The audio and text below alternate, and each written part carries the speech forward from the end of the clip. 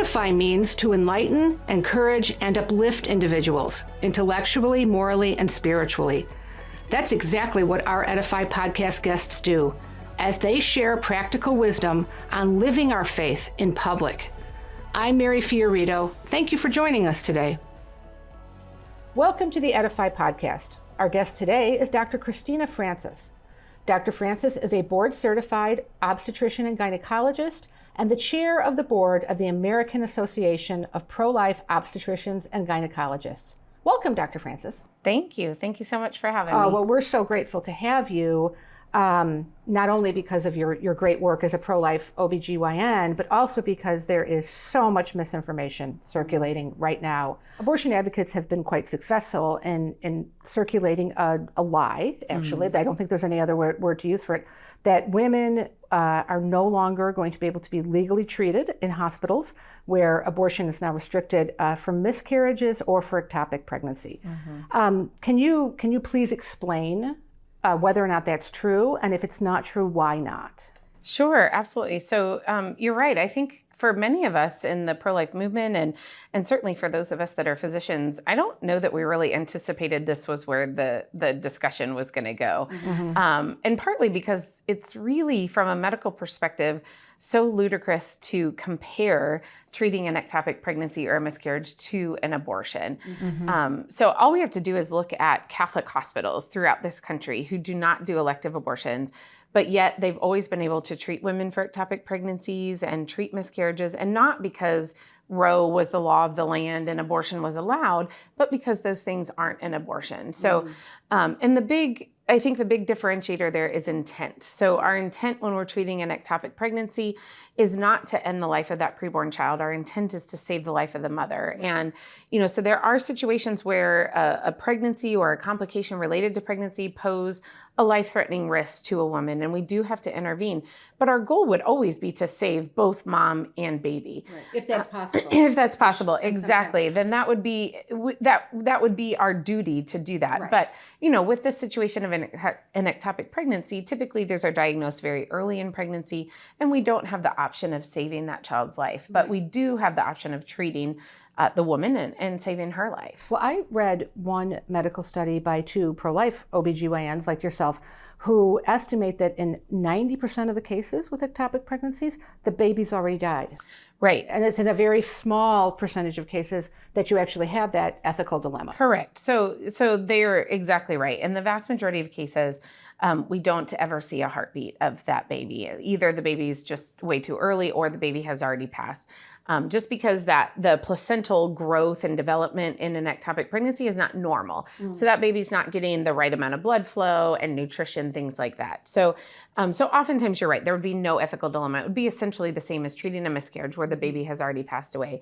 But even in those situations, which I have had, where you still have a fetal heartbeat, that baby's still alive, it's unfortunate for sure. It's extremely sad that we foresee that child is not going to make it, but that is not our intent. And I think the way we can differentiate between that is if there ever was the possibility that we could save that child's life, absolutely, that's what we would do. We are not intending their death. Right. Versus an elective abortion, what most people talk about when they're talking about abortions are elective abortions. And the purpose of those procedures is to produce a dead baby. It has no other intent. And even the Royal College of OBGYNs, sort of the governing body for OBGYNs in the UK, actually lists out the definition and says an abortion is intended to produce a dead fetus, and the abortion itself should produce that effect. So they acknowledge that's the intent of an abortion, and that's not our intent when we treat an ectopic pregnancy.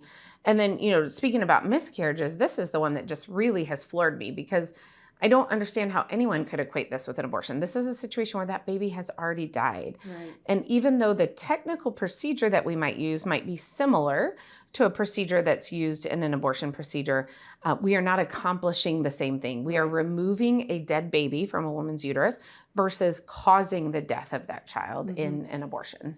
Well, a couple of things. First of all, the talking point on this miscarriage and ectopic pregnancy issue, it came very quickly after Dobbs, within an hour of Dobbs being handed down. And it came essentially in the same sort of format and vocabulary from pretty much every major pro-abortion group. So I can't confirm it, but I suspect that these were talking points that were drawn up long in advance. They don't want to talk about elective abortions. I mean, really, because they know the majority of it, they've never really closed the sale with Roe versus Wade, right? The American people have never been, there's never been a supermajority of Americans who have supported abortion for all 9 months up until the moment of birth. And they don't want to talk about elective procedures, so they immediately focused in, and I think to intentionally frighten women, but certainly to confuse everyone, on miscarriages and on ectopic pregnancies. And I know you've been practicing for several decades, yes? Yep, for about 14 years. Okay, so can you just give a brief definition of an ectopic pregnancy for our listeners who might not be familiar with that term? Sure. So basically, an ectopic pregnancy is just where that embryo has implanted anywhere outside of where it's supposed to be, which is the uterine cavity. So the vast majority of ectopics occur in the fallopian tube. About 95% of ectopic pregnancies occur there.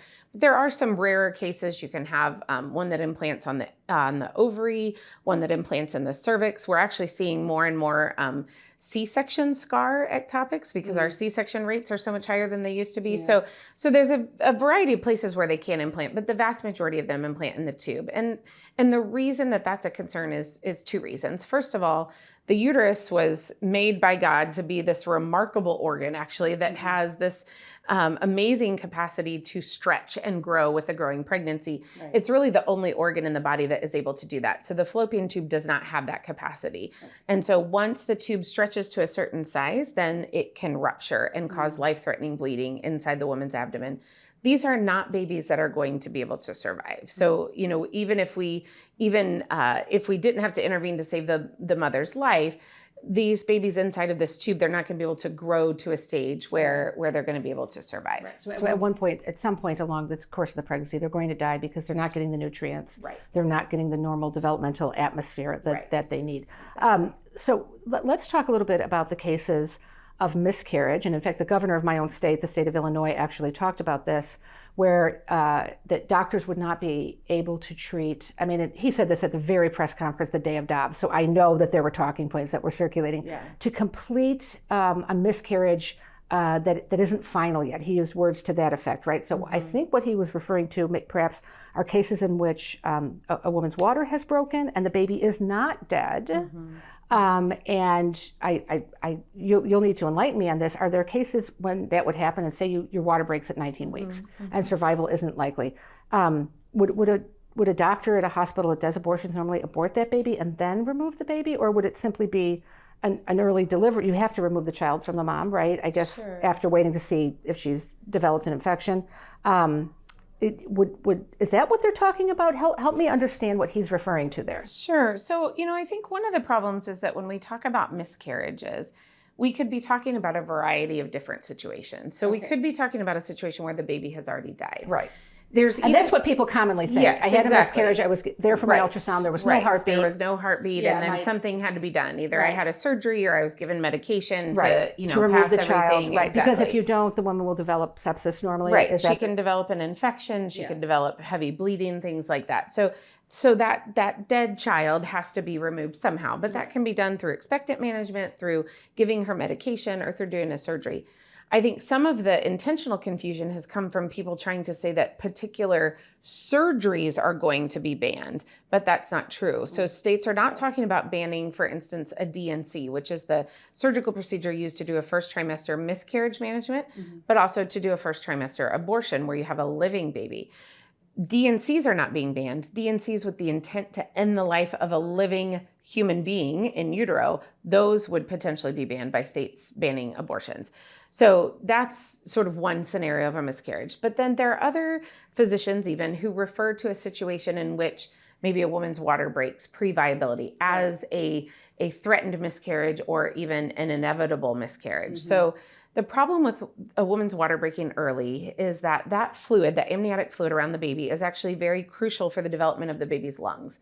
And so when a baby is living inside the uterus with no fluid, there's a high chance that their lungs won't be able to develop. So even if they were to make it, say her water breaks at 18 weeks, right now, viability in the US starts roughly around 22 weeks. We've got a little baby boy who was born at 21 weeks and 2 days who survived and is doing well, but roughly 22 weeks.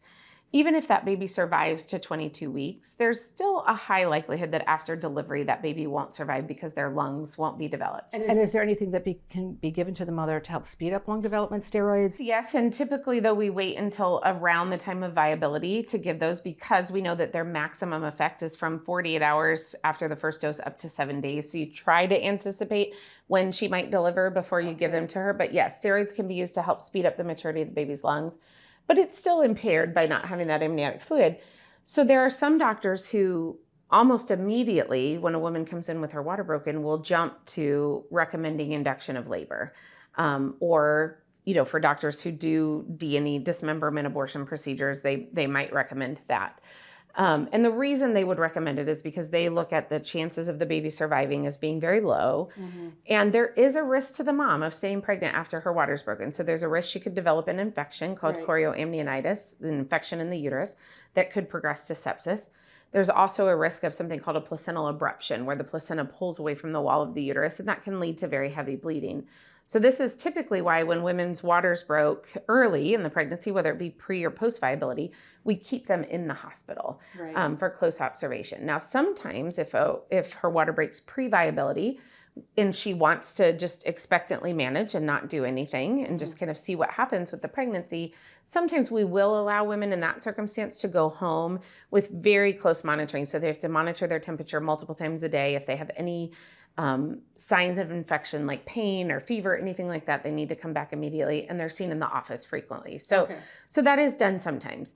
The problem with saying that we have to be able to induce labor even when there's still a fetal heartbeat for all of these women is that there are actually rare cases of women whose water breaks at 17, 18, 19 weeks who are able to go on and deliver a baby who survives. Wow. So the survival rate is not zero. Even without amniotic fluid? Even without amniotic fluid. I mean, babies are fighters sometimes. Yeah. They will surprise you. So it's not a definite death sentence. Now, I certainly, I really try when I'm counseling my patients to be realistic but not to sugarcoat things. I want my patients to understand, what we're facing. And so, and I have taken care of many patients in this situation. And what I usually tell them is your baby's still alive. I don't see any signs of infection right now. The chances of your baby surviving are slim, but they're not zero. And so if you are okay with it, then I think we're fine to expectantly manage, knowing we are going to be watching you exceedingly closely. And if you start to show any signs of infection, which we as well-trained physicians are trained to spot signs of infection well before a woman becomes septic. And so this is one of the things that's making me so angry for my patients about this whole narrative is that these physicians that are saying that, well, how are we supposed to know, or how sick does a patient have to be, are acting like this is an impossible thing for us to determine. And it's not. Well-trained physicians know how to identify signs of infection.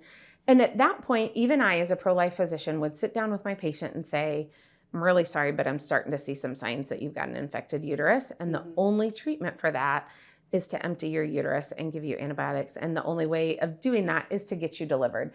Now, so what would you do? What does that mean?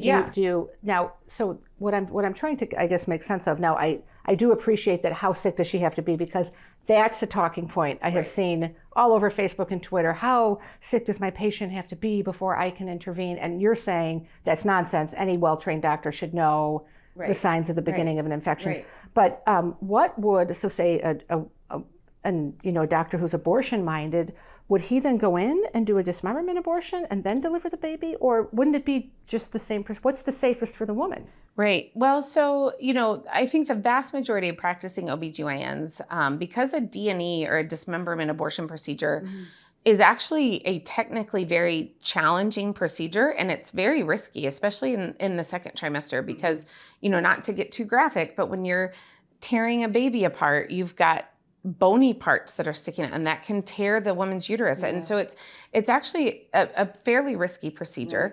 So most of us, what we would do in that situation would be to induce labor, partly because of the risk of a D&E procedure, and that also increases her risk of preterm birth and future pregnancies. There's a number of complications that can go along with that. Because you're manually forcing the cervix. Forcing the cervix open, exactly. Okay. So what most of us would do in that situation, and honestly, this is what most patients want in my experience, is to induce labor, because that gives that family an intact child that they can hold and they can grieve. And it also gives the possibility, if she's right on the cusp of viability, you know, if she's 21 weeks where we think probably this baby's not going to survive, but you know, we don't know that for sure. Right. It gives us a chance to have a neonatologist come to the delivery and assess the baby at the time of delivery to see, is that baby big enough that we can actually do some interventions to try to save this breathing baby on their own, right? Right, so, absolutely. And so, you know, so that gives a woman like I said, an intact child. It respects the dignity of that preborn child. Mm-hmm. We know that at that stage of pregnancy, babies can feel pain, and the induction process is not painful for that baby. Mm. Certainly dismembering them would be extremely painful. Right. And, you know, the other thing that allows for, or the other sort of lie that I've heard circulated is, you know, then women are forced to go through really horrible, painful labors.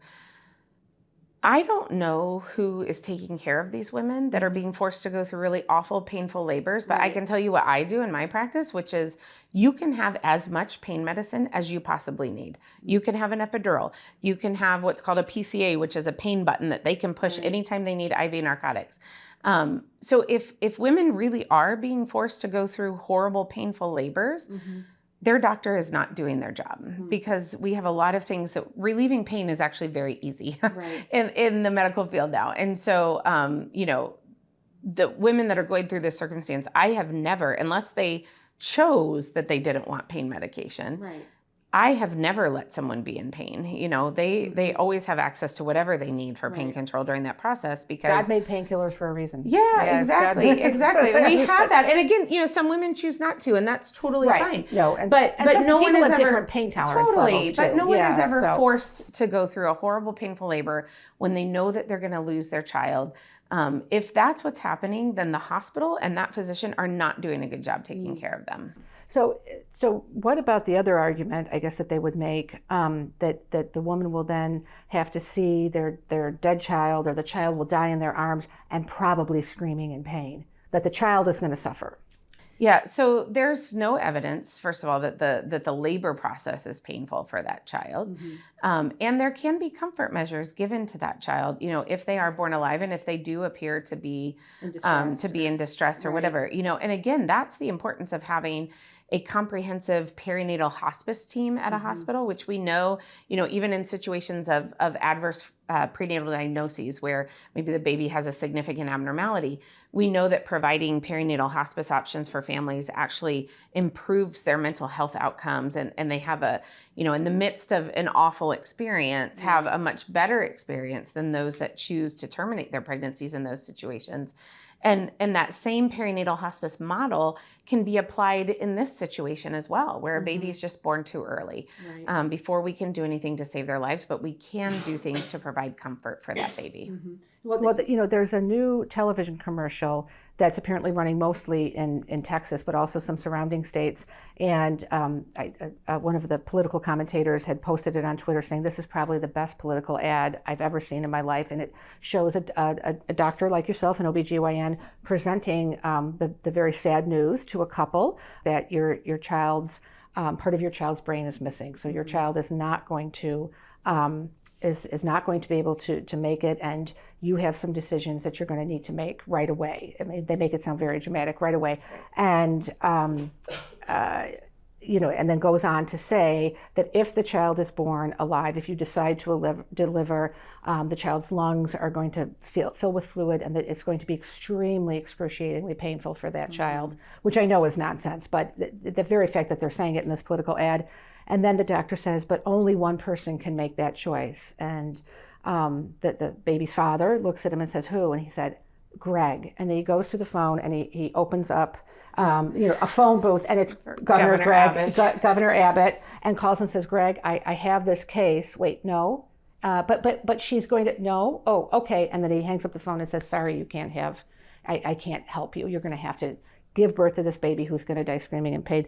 In the case of, which is just, it's fear, it's even beyond fear mongering. It is using, parents and who are given life-limiting diagnoses for their children. I mean, it's using them. It's almost mocking it. I mean, I think at the end you're supposed to kind of chuckle, right? And but it's using those parents, but it's also making pawns of those of anyone who is given an adverse prenatal diagnosis, as if these children are somehow rather pawns in this great political game, which just breaks my heart, because I have a number of friends who have either had a child with anencephaly or trisomy 18 or other things.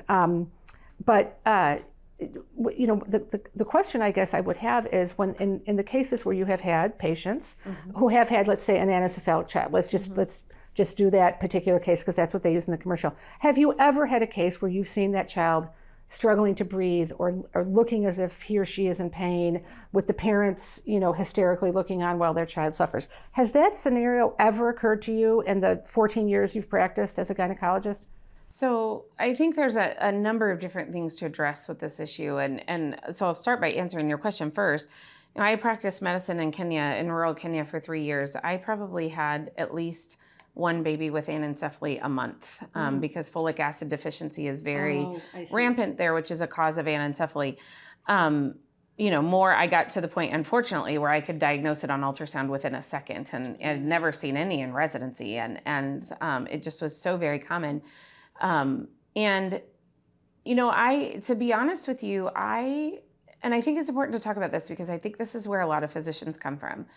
So I always considered myself pro-life, but when I first started seeing that, I had bought the line that I had been taught in medical school, which was, it's the compassionate thing to do for that woman to offer her, immediate delivery. Now, when I was seeing them in Kenya, typically they were well into their third trimester because they just didn't seek prenatal care oftentimes or an ultrasound prior to that. So, I was seeing them much farther along in pregnancy than we would see them here. But, I thought that was the case. Why would I want to make her stay pregnant with a baby who's not going to survive? And people are going to ask her, oh, when are you due? And, all of that, all of the things that I think come from legitimate concern for women and their families.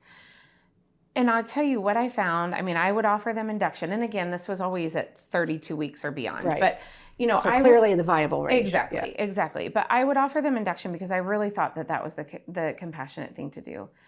And I will tell you what I did to these women in offering them induction. In Kenya, they labored in a room with at least 3 other women. Many times their inductions would take days because their body wasn't ready to go into labor yet. And inductions with babies with anencephaly oftentimes actually do take a bit longer anyways. So they laid there for days listening to other women deliver their healthy, crying babies that they got to take home. And half the time the induction didn't work. And I would have to send them home and tell them to come back when they were in labor. Now you tell me, did I do them any favors in that? With them laying in that room and listening to these other moms get to take their babies home, I did them no favors. And that's something that I still struggle with, on a personal level of feeling guilty about that and, things like that. But what I came to realize too was that what they needed was for me to acknowledge that even though their baby had a significant abnormality, that was still their child. Right.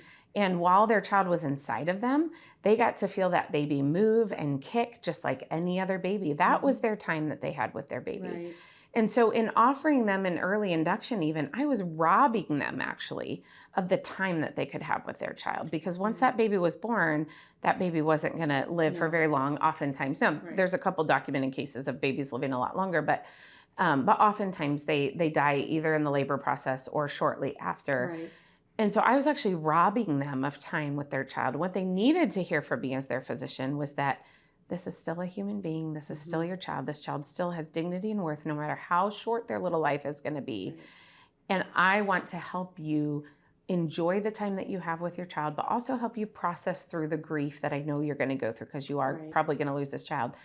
Which is the beauty of perinatal hospice, exactly, right? It not only makes sure that the baby has yeah, comfort care, right, whatever the baby needs, but also right, that the parents get the psychiatric or social or absolutely, spiritual support absolutely, that they need right, to be able to cope with the, right, this right. infant loss. It follows the same model as adult hospice of Yeah, helping families right, walk through the grief process, helping them to have closure. Because that's the other thing that many yeah, women who terminate their pregnancies because of an adverse diagnosis, they lose that. They lose that sense of closure, especially if they don't have a baby they can hold and right, grieve. And my hospital that I'm at now does a great job where we provide comfort measures. So back to your question of whether or not these babies feel pain. And I saw that commercial. They actually tell the family too that this baby's going to have multiple seizures. Oh, that's right. I I forgot. have never seen, I have delivered a lot of babies with anencephaly. I have never seen them have seizures. So I don't know where that's coming from.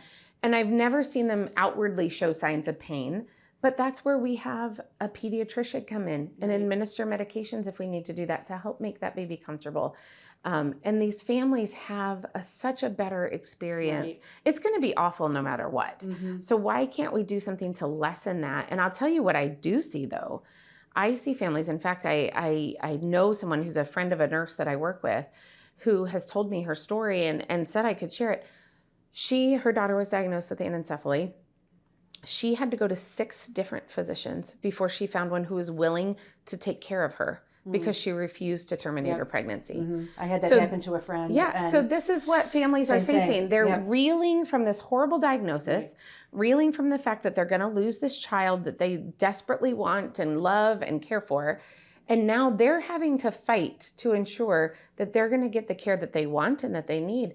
And her daughter actually lived for 3 weeks. And she said she wouldn't give up that 3 weeks for anything. They got to take her home, have her on, hospice and supportive care at home. She got to feed her. She was actually able to get her to breastfeed a little bit. Yeah. She got to have that time with her. But she had to fight so hard to be able to get that. And that is not fair to our patients. What would the reason be that the doctor would decline? First of all, I thought once a patient-doctor relationship was established, isn't it unethical to withdraw from a case? So you're not supposed to be able to. That's yeah. I think maybe she could have stayed with that physician, but she wouldn't have certainly felt like that physician valued her or her baby in any way, shape, or form, because they weren't willing to fight for her. And then, I also think about what about situations like trisomy 18? Right. I think of Rick Santorum, whose daughter Bella is still now, alive, I think, in her early teens. Right. And, but I remember reading their book and just how they had to do the same thing. They had to fight for her to get medical care after she was born. Right. And now what we actually see is in centers that will actually give these children medical care, they're surprising us with how long they're surviving and how well they're doing actually. Yeah. And so, I also wonder now, with situations like anencephaly or something called Potter syndrome where the baby doesn't have kidneys, those kinds of things, even with the best of medical care, I think at this point in time, we can't expect probably survival. Do you know the case of Congresswoman Jamie Herrera from Washington State, who had a daughter diagnosed with Potter syndrome, and she put out the request for prayers, and at Johns Hopkins, there was one doctor who said, I have a theory, if you're willing to let me try, I will try.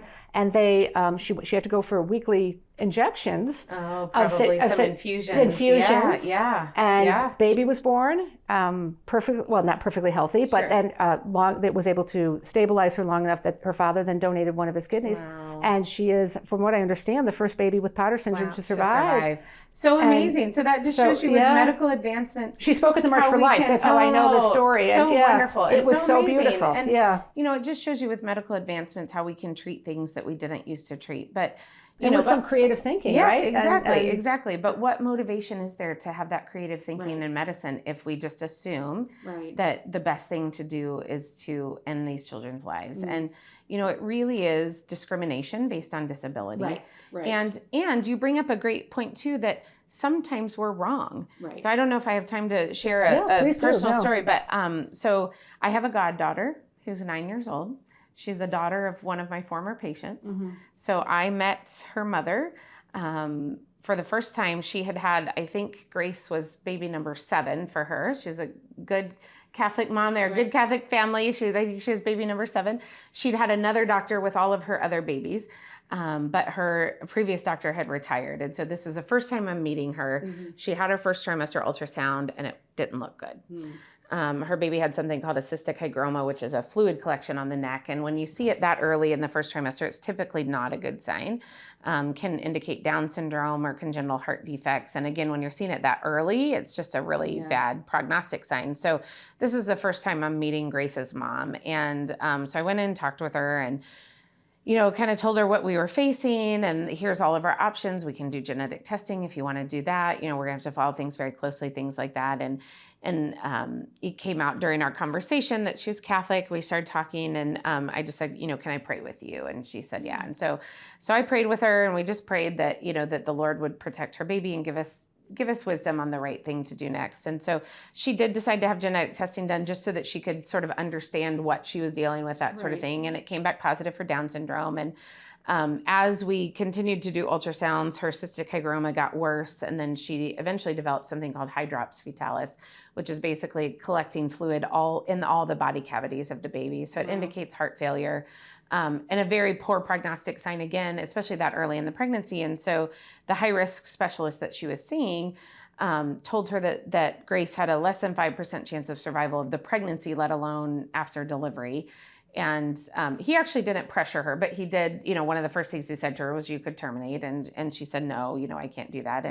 And so then he just basically said, as a high-risk doctor, there's not going to be much more we can do. So you can come back to me if you need to, but, Dr. Francis can continue to take care of you. So she kept coming in regularly, every week kind of we were expecting that she would come in for an ultrasound and Grace would be gone. And so one day she was about 24, 25 weeks and our ultrasonographer came into my office and just had this shocked look on her face. And I looked and I said, oh, because I knew her mom was there. And I said, oh, did Grace pass away? And she said, no. And I said, well, why do you look like that? And she said, all the fluid is gone. I said, oh, wow. You mean her amniotic fluid? She said, no, like all of the fluid on her body is gone. And I said, honestly, I didn't believe her. Yeah. I was like, let me look at the pictures. And so I looked at the pictures and sure enough, the hydrops had totally resolved. And she looked at me and she said, how does that happen? And I said, it doesn't. I mean, this is a miracle. Wow. And so I go in to see Grace's mom and she's sitting there and she just has this stunned look on her face. I mean, she'd had enough ultrasounds at that point with her previous children and Grace that she knew what had happened. And she said, I have to show you something. And I said, okay. And she pulled out this little bonnet and blanket that she had knit. And she said, I just finished making this to bury her in.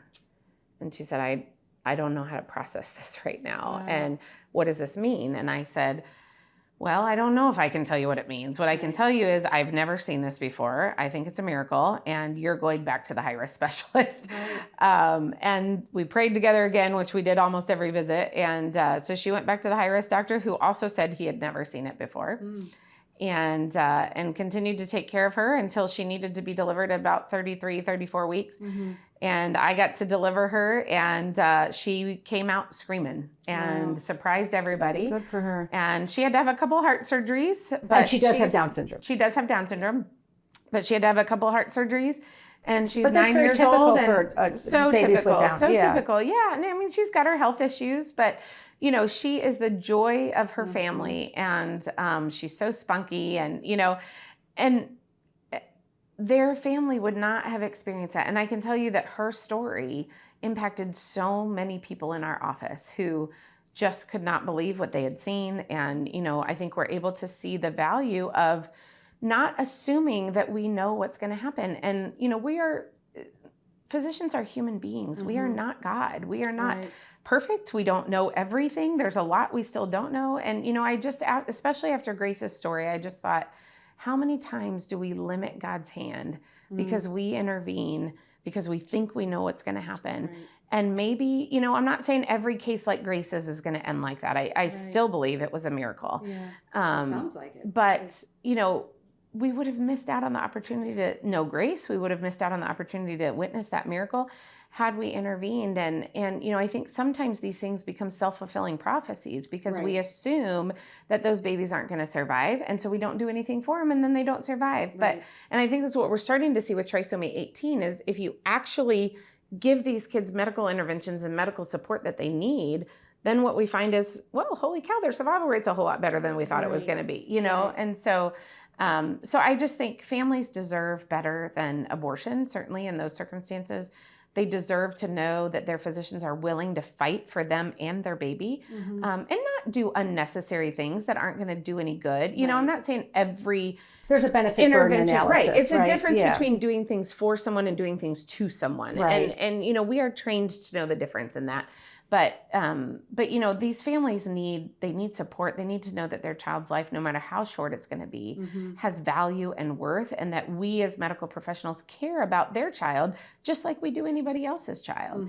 And they deserve to have that kind of care. Right. And they're not just disposable human beings because they have a disability. And can you just say a brief word about infant organ or tissue donation, which I think is probably the more common thing that would happen. I have a very good friend whose daughter didn't have anencephaly, but it was a very rare form of spina bifida, which is a very long name that I can't pronounce. But the skull had not fused and the brain was completely outside of the body. But you know, again, tremendous pressure to terminate. She wouldn't do it. She went on bed rest so that she could stay pregnant as long as she wanted to give her daughter every fighting chance. But then.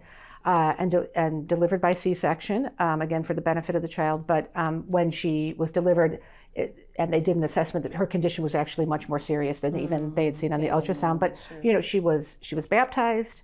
All four of her grandparents held her. Her Croatian grandma taught her words in Croatian, so she would meet the when she went to meet the family that she would know. And you know, she died very peacefully. You know, just closed her eyes in her father's arms and passed away. She lived about 6 hours.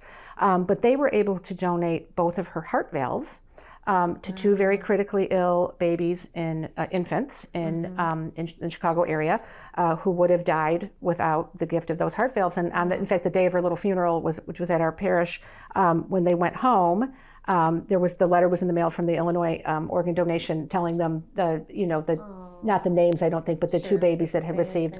And she said, you know, she wound up testifying at the partial birth abortion hearings in Congress and testified opposite a woman who had also had a child diagnosed with a lethal, disability in utero. And this woman had terminated. And, you know, she told her whole story and said, you know, I learned that there is a tremendous shortage of infant organs because any child that might be an infant organ donor is often aborted even before they're born. And but she just said, you know, we are so grateful that our daughter's heart lives on in the hearts of others. And she said the woman who had testified opposite her, she said, looked at her, and it was like a mixture of grief and she said sheer rage. And she looked at my friend and said, no one told me about that. No one told me about that. I would have done that. Like, I'm a good, you know what I mean? Right. Like, I'm a good person I'm too. a good person. Yeah, right, exactly. And my friend hadn't told that story to, you know, shame her or anything. It was just part of their story. And that's why she had shared it with the members of the congressional committee. Is that ever, so the whole, I had never heard of infant organ donation or that there was a shortage prior to my friend's experience. Is that something that you're able to discuss with patients who get these diagnoses? Yeah, you know, I think it's still relatively rare for that to happen, but it's a great point. Well, the baby has to be a certain weight. Yeah, and right, a certain, right. And, you know, but so there are a few candidates that qualify, but absolutely. I mean, I think it's a great point. And just like we can redeem in some ways the death of an adult who might, you know, be willing to share their organs to save the life of another. I think that's a perfect example that you then don't have an option if you've done a dismemberment abortion, right? Of course or not. Yep. if you have induced labor, you know, very early, so that the baby's not grown to the size that the tissue could be used. And so I think it's a great point that could be something redeeming that could come out of a loss, which is tragic and horrible.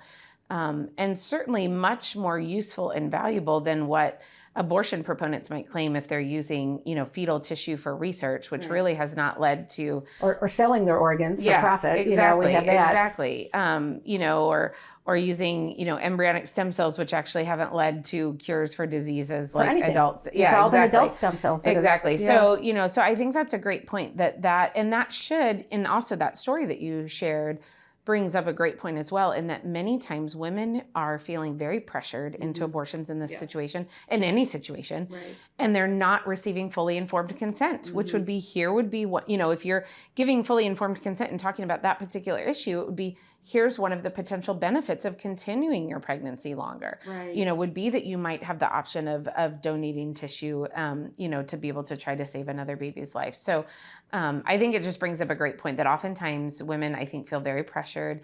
And just like that commercial you brought up, you know, where the parents are feeling very pressured, no one should make such a life-altering decision when they are reeling from such horrible news. No, you don't. Under duress. No, you don't make good decisions. We all know that, you know, and no one should ever feel pressured to make a split-second decision about that, you know, about whether or not to continue their pregnancy when they've received just this, just life-altering news. Yeah. So, well, you know, as we're starting to wrap up, I wanted to ask you one final question about the later term abortions that are done using the digoxin injection into the heart. I was actually on a radio show, Catholic radio program that's in New York, I think it was, that's hosted by a retired veterinarian who's a Catholic deacon and who now has his own, I know, talk about an interesting combination of factors, but has his own Catholic radio show. And so we were talking, he was asking me about the later term procedures, and I said, well, you know, sometimes the child can be dead at delivery because there's a digoxin injection into the heart. And he said, do you know, as a vet, he said, I want to stop you there because as a vet, I cannot do that to an animal unless I have sedated it or it's comatose. He said, I would lose my veterinary license. If we are going to put an animal down that way, he said, because you're going through the pleural cavity to get to the heart, that is excruciatingly painful to an animal. So I literally would lose my license if I did that unless I had sedated the animal significantly or it was already comatose. You know, and I know there's debates about fetal pain. I had a nephew born at 22 weeks, 0 days, who was a perfectly happy, healthy, 5-year-old today. And he got plenty of pain care when he was in the NICU, especially in those early weeks. Can you speak, I mean, I had never thought of that before because it sounds so merciful, right? There's just a shot into the heart, but you actually have to go through the lung cavity, right? I mean, I don't mean to be gruesome, but I don't think many people are aware of that. I wasn't until this veterinarian told me. Right. No, absolutely. Well, and even just going through the chest wall, I mean, that baby's going to feel that. And so I have a dear friend who also is a great voice for life, Dr. Robin Perucci. She's a neonatologist in Michigan. I know Dr. Perucci. I've met her. Yeah. She's amazing. And I love it when she talks about this issue because she says, I take care of babies with fetal physiology all the time. You know, if they're outside the womb, their physiology, their ability to feel pain, the way they process pain, all of that is exactly the same as it would be inside the womb at that same stage of pregnancy. And so she knows, she's like, of course, we treat our babies in the NICU for pain all the time. In fact, there's actually really good evidence that the earlier a baby is, the more intense they feel pain actually compared to later in pregnancy. The pain receptors are much more raw, I guess. And it actually causes lifelong effects if they have untreated pain. So that is what has led actually to neonatologists doing a lot more pain control for their babies in the NICU than they used to, because it actually has lifelong effects on their health and how their nervous system functions and things like that. So actually the younger babies are, the more we should care about controlling their pain. And, there's actually really good evidence, even though ACOG, the American College of OBGYNs, still they're doubling down and saying that babies don't feel pain prior to 24 weeks. They base that largely on a study by Dr. Derbyshire from 2010. But Dr. Derbyshire, who's pro-choice, who said in 2010 that fetal pain was a sentimental notion. He actually published a study in 2020 actually recanting that statement and saying, based on the latest medical evidence, that he now acknowledges that babies feel pain probably as early as 12 weeks gestation, but possibly earlier. And he's still pro-choice, but but his point is, if we're going to do abortions, we should acknowledge that these babies can probably feel pain. So the science is actually pretty clear now that these babies feel pain. And again, like I said, the younger they are, the pain is probably more intense. Oh, well, that is a lot to process. Dr. Francis, I know that you're a woman of faith, and you mentioned you pray with your patients, but I think that's really beautiful. I love that idea. And is there a particular prayer that's your favorite, or a particular verse of scripture that you rely on as a treating physician?